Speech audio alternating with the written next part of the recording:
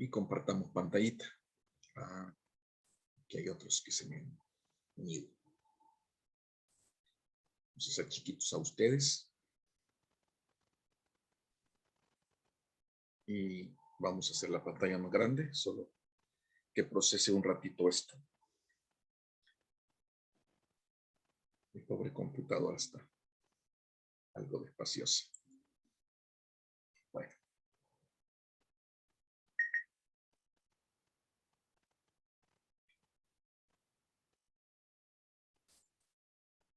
Creo que sí.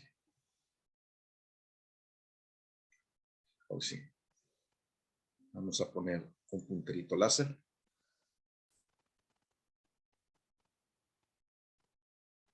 Y vamos a comenzar la clase.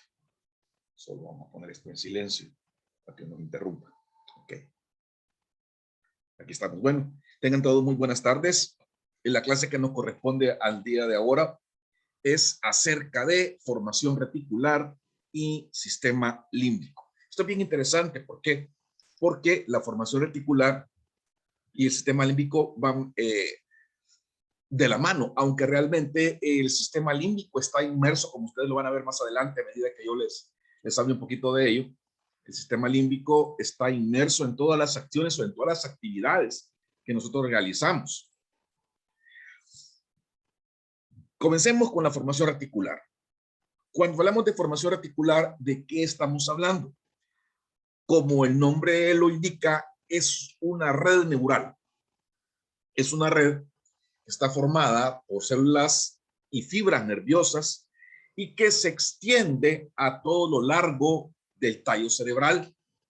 Prácticamente es una red neuronal que se encuentra ubicada a todo lo largo del eje del sistema nervioso y que va desde la médula espinal hasta el cerebro. Imagínense las implicaciones entonces que esa red tiene.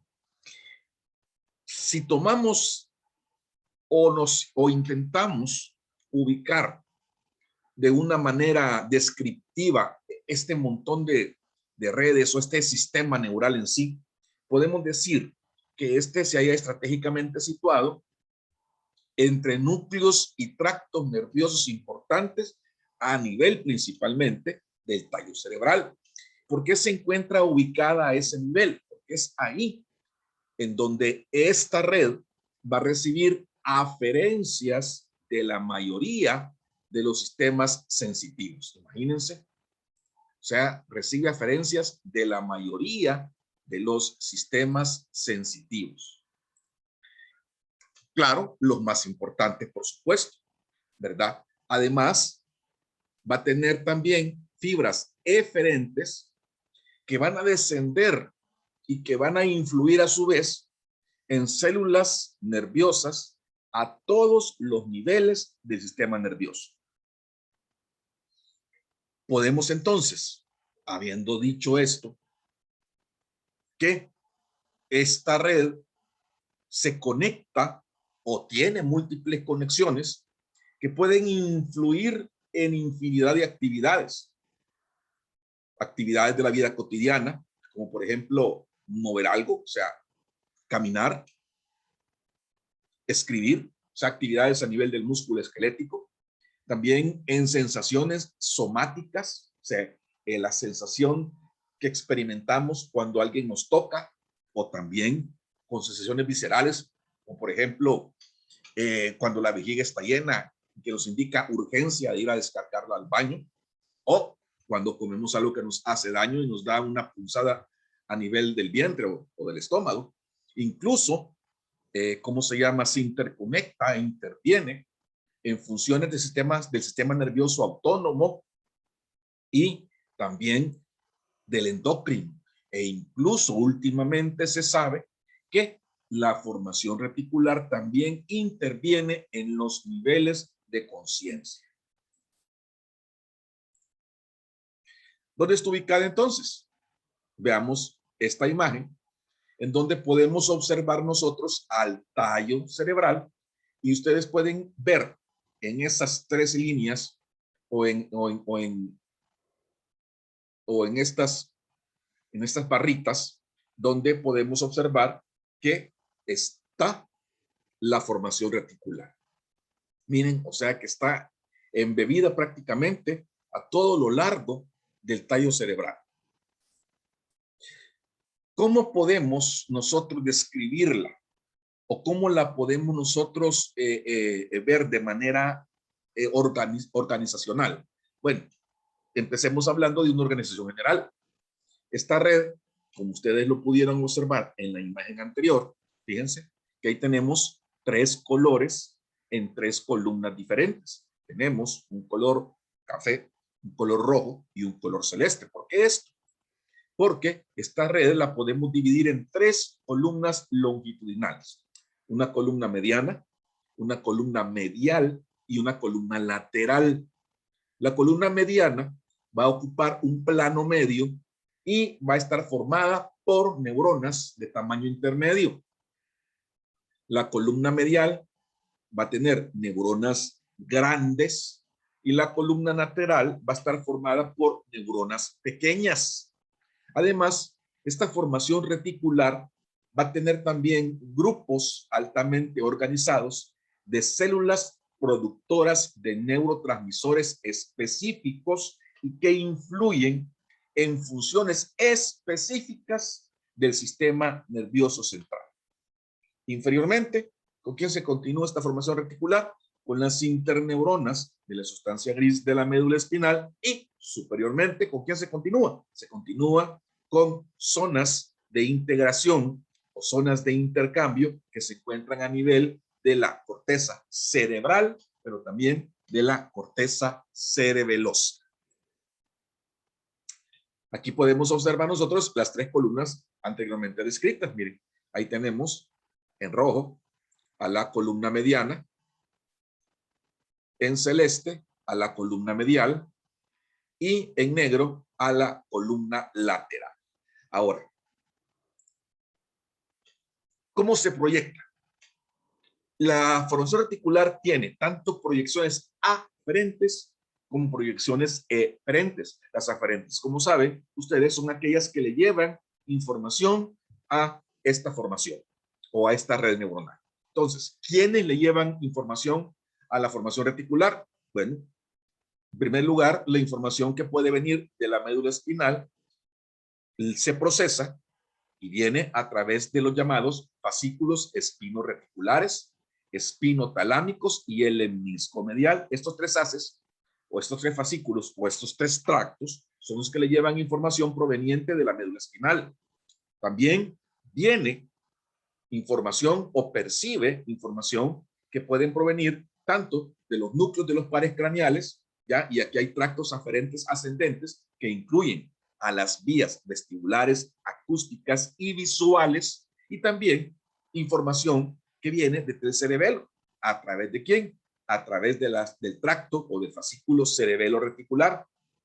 Además, existen otros tractos que surgen a nivel de los tálamos. Ahí tenemos tractos provenientes del subtálamo, del hipotálamo, de los núcleos talámicos, tractos que vienen también del cuerpo estriado, sistema límbico, de la corteza motora primaria y de la corteza somatoestética. Imagínense ustedes toda esa información que pasa a través de la formación reticular, prácticamente información que viene de todas partes del sistema nervioso. Pero así como también tiene tractos aferentes, la formación reticular también tiene proyecciones eferentes. Y ojo con esto, la formación reticular no incide directamente sobre un órgano o sistema, sino que lo hace de una manera indirecta. Por eso es que existen múltiples vías eferentes que se extienden hacia el tallo cerebral y hacia la médula espinal a través de diferentes fascículos. Ejemplos de ellos son el fascículo reticulomedular y los fascículos reticuloespinales, que llevan información hacia las neuronas en los núcleos motores de tanto de los pares craneales como a los núcleos motores que se encuentran ubicados a nivel del asta anterior de la médula espinal. O sea, ¿se acuerdan ustedes cuando hablábamos de las vías de las vías descendentes. ¿Hasta dónde? Hacia donde está ubicada la tercera neurona. Otras eferencias también se dirigen hacia el sistema nervioso autónomo. Así tenemos eferencias simpáticas y parasimpáticas que van hacia, por ejemplo, núcleos de pares craneales que tengan o que sean núcleos autónomos, núcleos simpáticos o parasimpáticos. Otras vías también se extienden al cuerpo estriado, directamente al cerebelo, al núcleo rojo, a la sustancia negra, al techo y a los núcleos del tálamo, al subtálamo y al hipotálamo. Fíjense también que la mayoría de las regiones de la corteza cerebral reciben también fibras eferentes de la formación reticular. Entonces, se comunica prácticamente con todas partes. Ustedes aquí pueden ver, miren, cómo está la comunicación entre la formación reticular y el sistema límbico. Y es importante saber esto, porque como les dije yo hace ratito, la formación reticular no ejerce un control directo sobre algo, sino que lo ejerce de manera indirecta. Y una forma de control de la formación reticular es a través del sistema límbico. ¿Ya? Ustedes ahí pueden ver cómo es la comunicación que existe entre ellos. Ahora, ¿qué funciones tiene entonces la formación reticular? O sea, ¿qué hace? Imagínense ustedes estos 6 aspectos que están ahí en la diapositiva. Control del músculo esquelético. Control de las sensaciones somáticas y viscerales. Control del sistema nervioso autónomo. Control del sistema endocrino. Influencia en los relojes biológicos corporales y a nivel de conciencia por el llamado sistema activador reticular, que antes se le conocía como SARA, sistema activador reticular ascendente. ¿Qué les llama la atención a ustedes de esas funciones? Hoy sí, a ver, alguien que abra el micrófono y me diga, ¿qué entienden o qué ven ustedes o qué perciben acerca de lo que están ustedes leyendo ahí, acerca de las funciones de la formación reticular?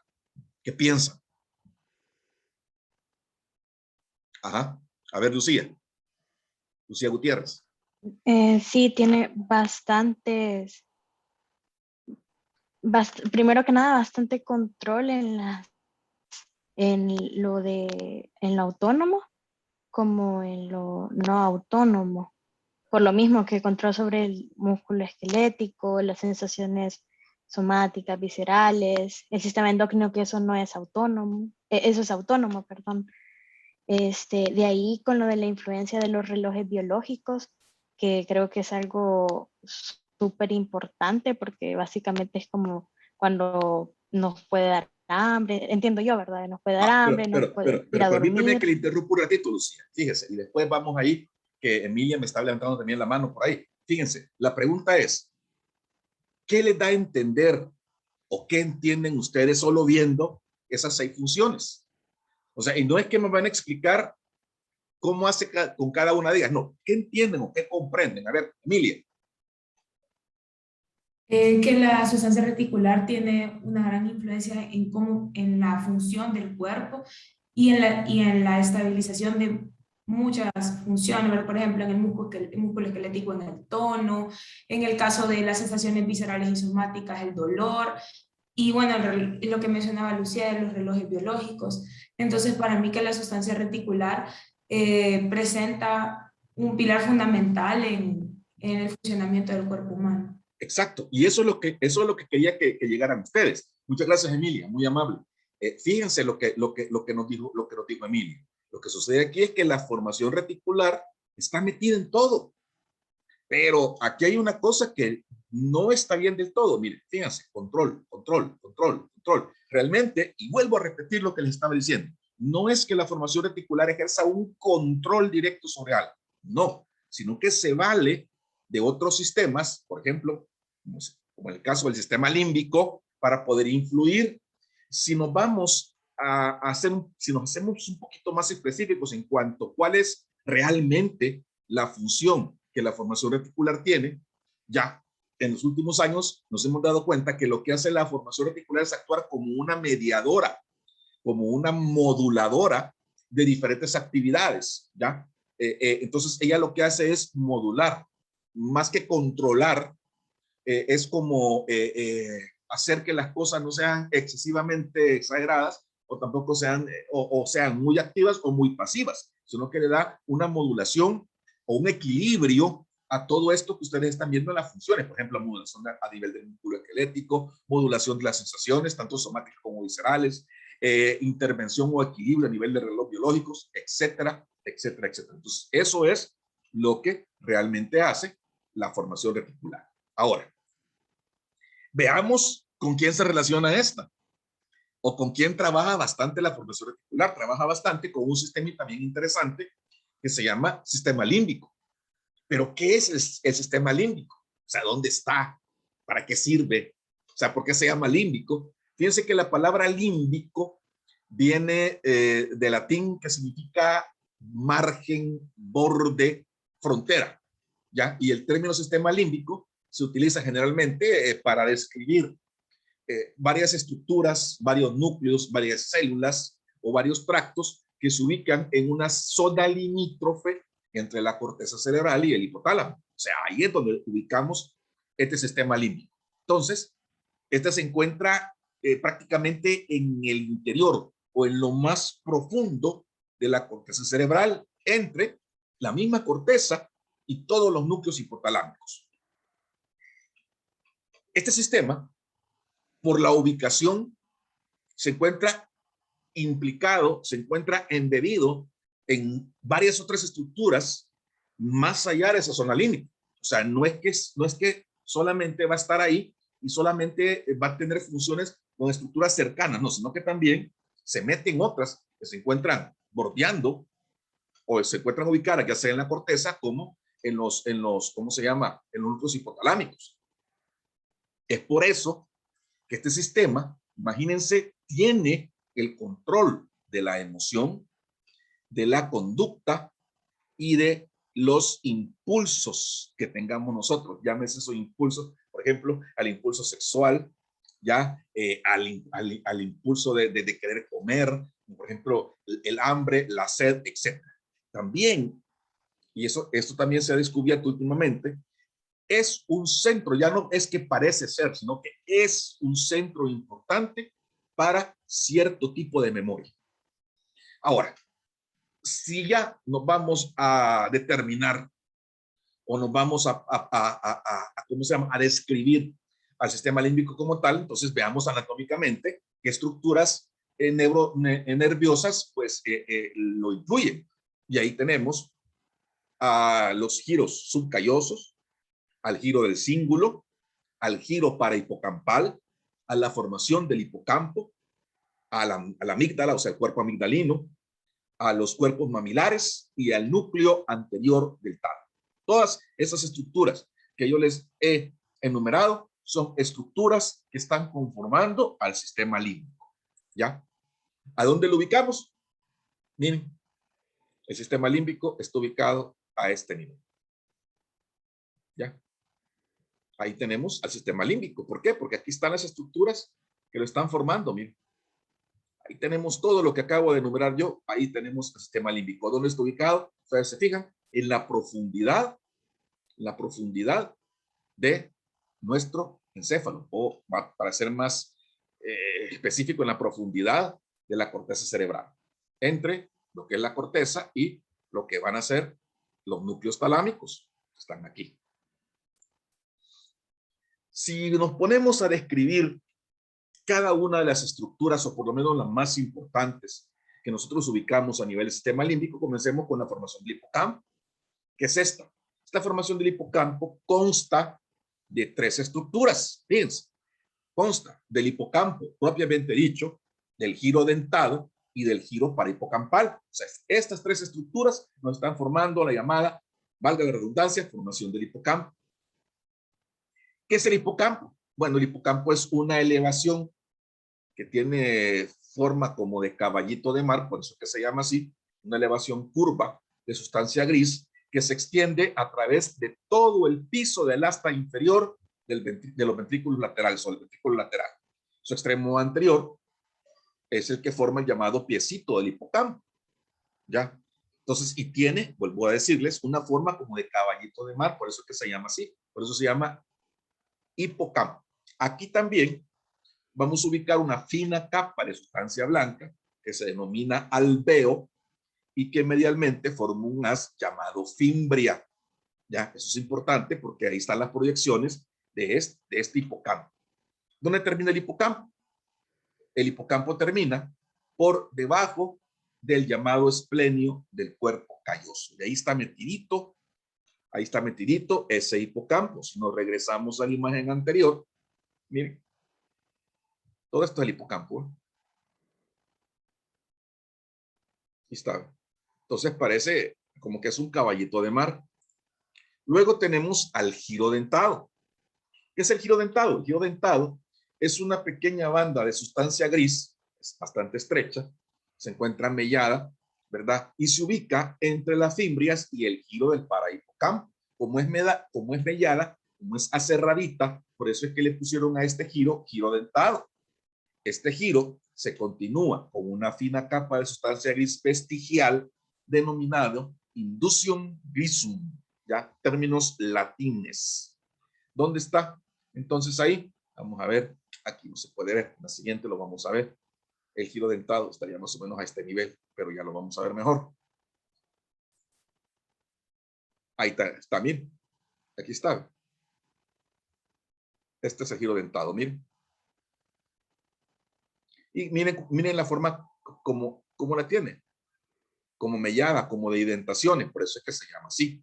En dirección anterior, este giro dentado, que se continúa, miren, con el uncus del hipocampo, ¿verdad? Por último, tenemos al llamado giro del hipocampo. Este se ubica entre la fisura del hipocampo y el surco colateral y continúa con el hipocampo siguiendo al borde medial del lóbulo temporal.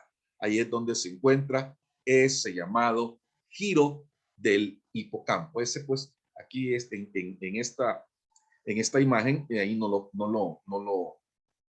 lo podemos ver, está más o menos ubicado a este nivel, pero tendríamos que superponer, por ejemplo, el lóbulo temporal para poder observarlo bien.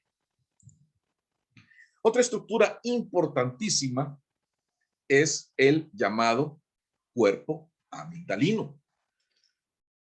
¿Qué es este cuerpo amigdalino? ¿O qué es esta amígdala? Ustedes se fijan, la vamos a poner acá. Miren, acá está el cuerpo amigdalino. Este cuerpo amigdalino es una estructura parecida a una almendra. Y si ustedes se fijan ahí en la imagen y donde está el señalador, pues está situado en parte por delante y en parte por encima de la punta del asta inferior del ventrículo lateral del cerebro. ¿Cómo está constituido? Está constituido por un complejo de núcleos que se agrupan en dos grupos, un grupo vasolateral y un grupo corticomedial, siendo las neuronas que componen al grupo vasolateral neuronas de gran tamaño y las que componen al grupo corticomedial son neuronas un poquito más pequeñitas. ¿Cómo se conecta el sistema límbico con otras partes? Bueno, las vías de conexión del sistema límbico están formadas por varias estructuras. El alveo, que ya habíamos hablado anteriormente, por la fimbria, por el fornix, por el fascículo mamilotalámico y por la estría terminal. ¿Qué hacen todas esas?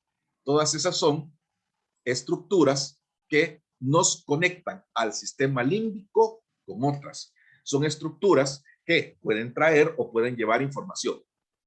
Información que va al sistema límbico o información que el sistema límbico esté enviando hacia otros lugares. Pero, ¿cuál es la función de ese sistema en sí?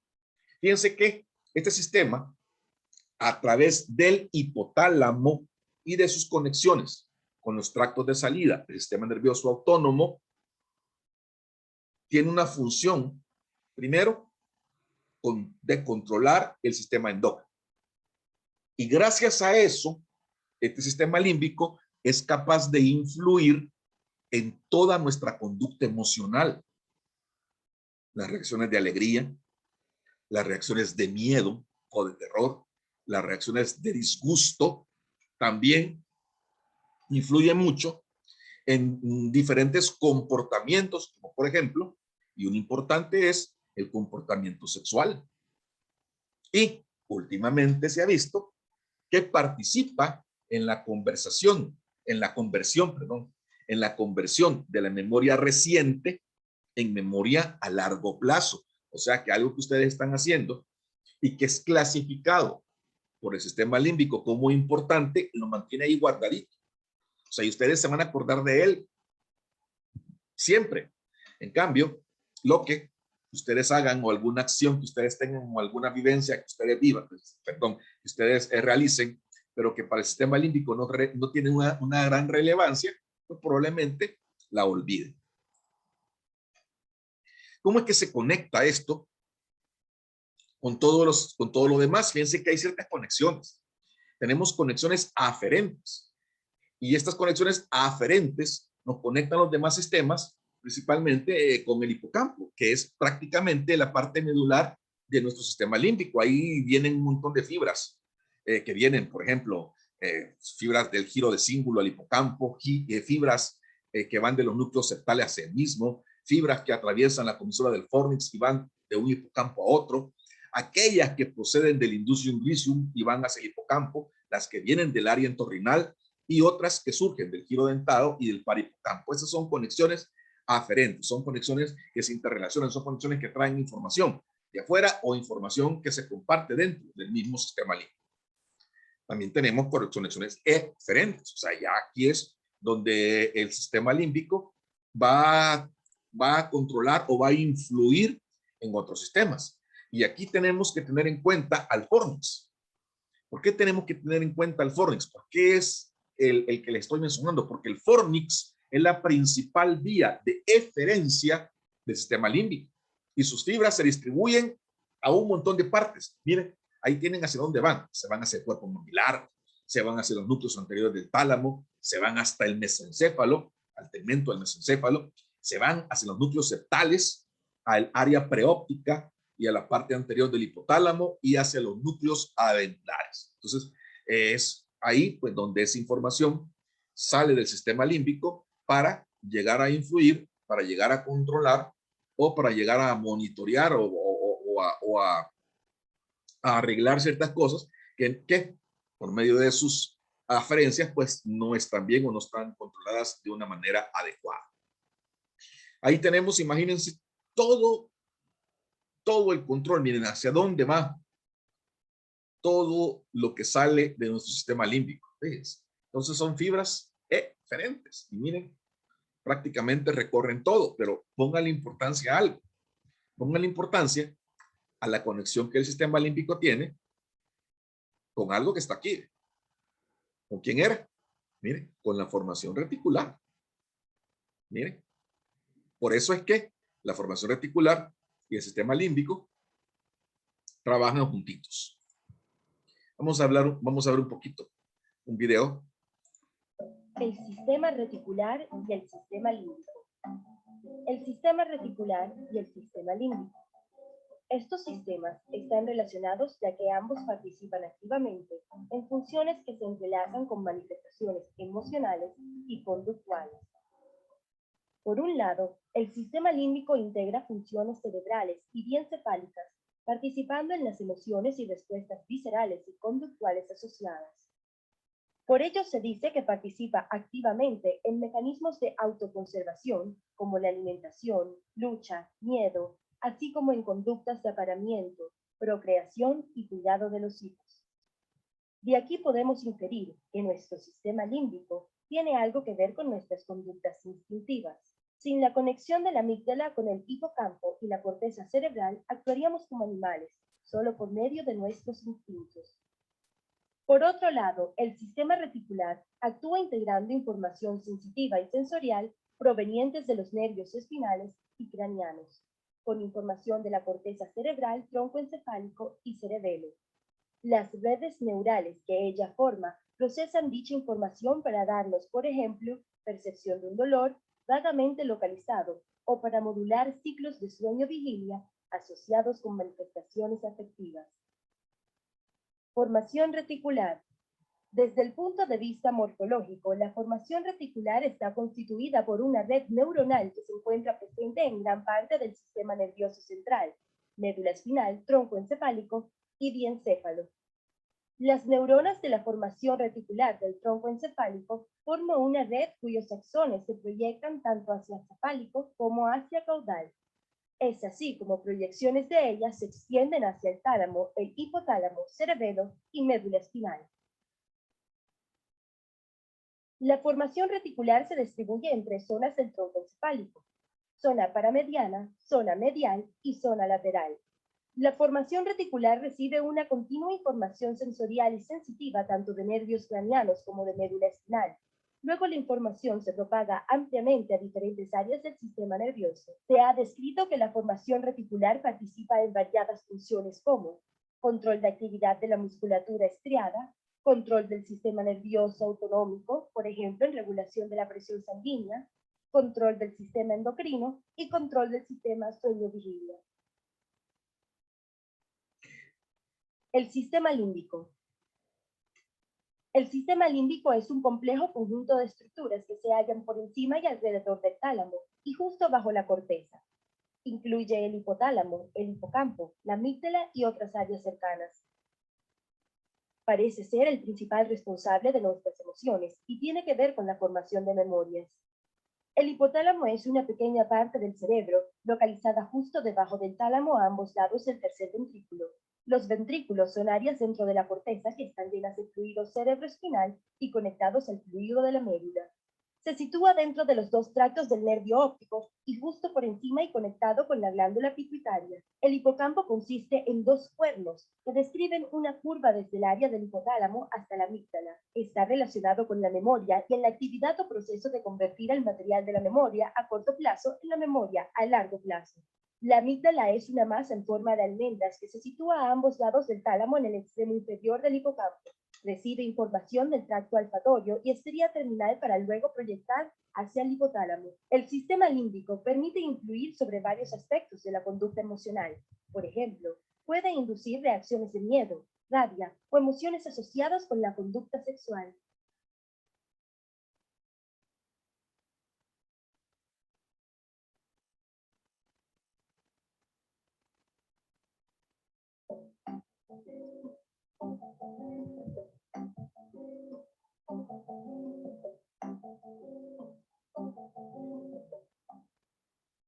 Bueno, ya vieron cómo va conectado todo eso, ¿verdad? Y cuál es la importancia de conocer cómo es que estos sistemas trabajan juntos. Es bien importante en la parte de la neurociencia. Fíjense, no estoy hablando de neuroanatomía, porque si estuviéramos hablando de neuroanatomía solamente era describamos qué es o cuáles son las estructuras del sistema límbico y de la formación reticular y nos quedamos ahí. No, aquí lo que estamos viendo es cómo funcionan y cómo interactúan unas con otras. Y esa es la ventaja de la neurociencia sobre la neuroanatomía. Aquí no solamente es describir qué estructuras tenemos, sino que también ver qué hacen y cómo se interrelacionan o cómo se integran con el sistema nervioso como un todo, para saber también después entender y comprender qué sucede cuando no trabajan bien, dónde está, por ejemplo, la enfermedad o en qué sitio pues se encuentra el daño.